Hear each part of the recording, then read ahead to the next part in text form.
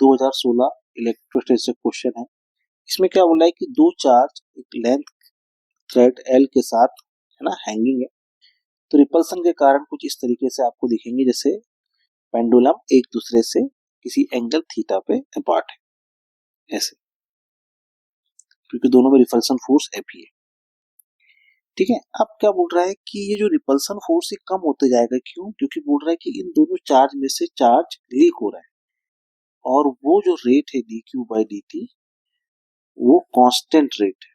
ठीक है, मतलब कांस्टेंट रेट से दोनों से चार्ज लीक हो रहा है, तो फोर्स ऑफ रिपल्सन कम होगा, तो ऑब्जेक्ट धीरे धीरे पास आना स्टार्ट होंगे। इनिशियली इनकी वेलोसिटी कैसी रही होगी? जीरो, लेकिन जब कुछ डिस्टेंस पे आगे होंगे यहाँ पे, तो उस समय ये वेलोसिटी कितनी होगी? v। तुमको बताना है कि v जो है as a function of x है, ये हमको बताना है। ठीक है, ये चार ऑप्शन में से हमको चूज करना है। ठीक है, तो आप देखेंगे कि इस सिचुएशन में ये इक्विलिब्रियम में है, जहां पे ये वेलोसिटी जीरो है, तो हम लिख सकते हैं F E is equal to किसके बराबर? T sine theta, and M G is equal to T cos theta. दोनों को डिवाइड करके हम लिख सकते हैं F E is equal to M G tan theta. अब चूंकि ये जो डिस्टेंस दी है ये very very less than two L, then tan theta can be written as sine theta. ठीक है, तो ये एफ ई वाली जो वैल्यू है इसको हम लिख सकते हैं एफ ई, नए पेज में ले लेते हैं, F E is equal to M G sine theta. अब ये जो ट्रेंगल है आपका उसमें F E M G sine theta की वैल्यू कितनी जाएगी? परपेंडिकुलर है आपका डी बाई टू और हाइपोटेनस है एल, तो M G D by two L. ठीक है, और अगर कोई रैंडम क्वेश्चन एक्स की बात कर रहे हैं तो कितना हो जाएगा? F E M ji x by यहाँ पे आ जाएगा एक्स बाई टू ले लेंगे, टू एल। ठीक है, क्योंकि डिस्टेंस उनके बीच का एक्स ले रहे हैं तो अगेन वो एक्स बाई टू हो जाएगा। ठीक है, चलिए अब देखिए एफ ई की वैल्यू कितनी होगी उस केस में? F E is equal to हो जाएगा K Q square upon x square. ठीक है, इस पर्टिकुलर पोजीशन पे।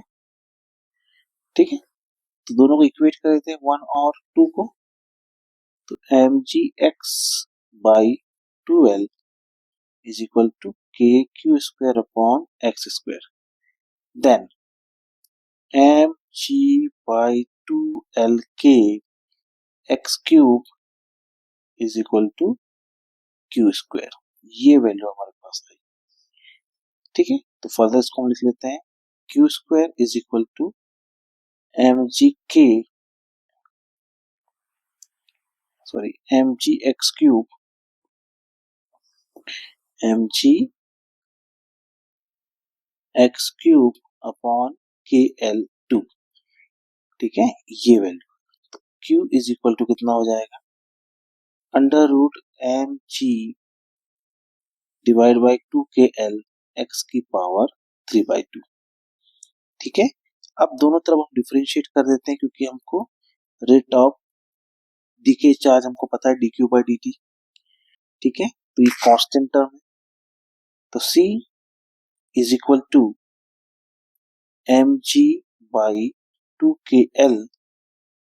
इसको जब हम डिफरेंशिएट करेंगे 3/2 एक्स की पावर 3/2 माइनस वन और d x by d t function के अंदर function, then c is equal to M g two के एल मल्टीप्लाई बाय 3/2 एक्स की पावर 1/2 और d x by d T is equal to velocity. ठीक है, इस पूरी टर्म को हम उधर भेज दें तो क्या हो जाएगा? देखिए C divided by M ji by two के एल मल्टीप्लाई बाय 2/3। ठीक है, और x को भेज दिया तो x की पावर 1/2 है ना, इज इक्वल टू v। तो ये पूरा टर्म कांस्टेंट है, then v is directly proportional to x की power -1/2। This is the answer. ठीक है भाई, तो कौन सा ऑप्शन करेक्ट है? Option 1 is correct. ठीक है, चलिए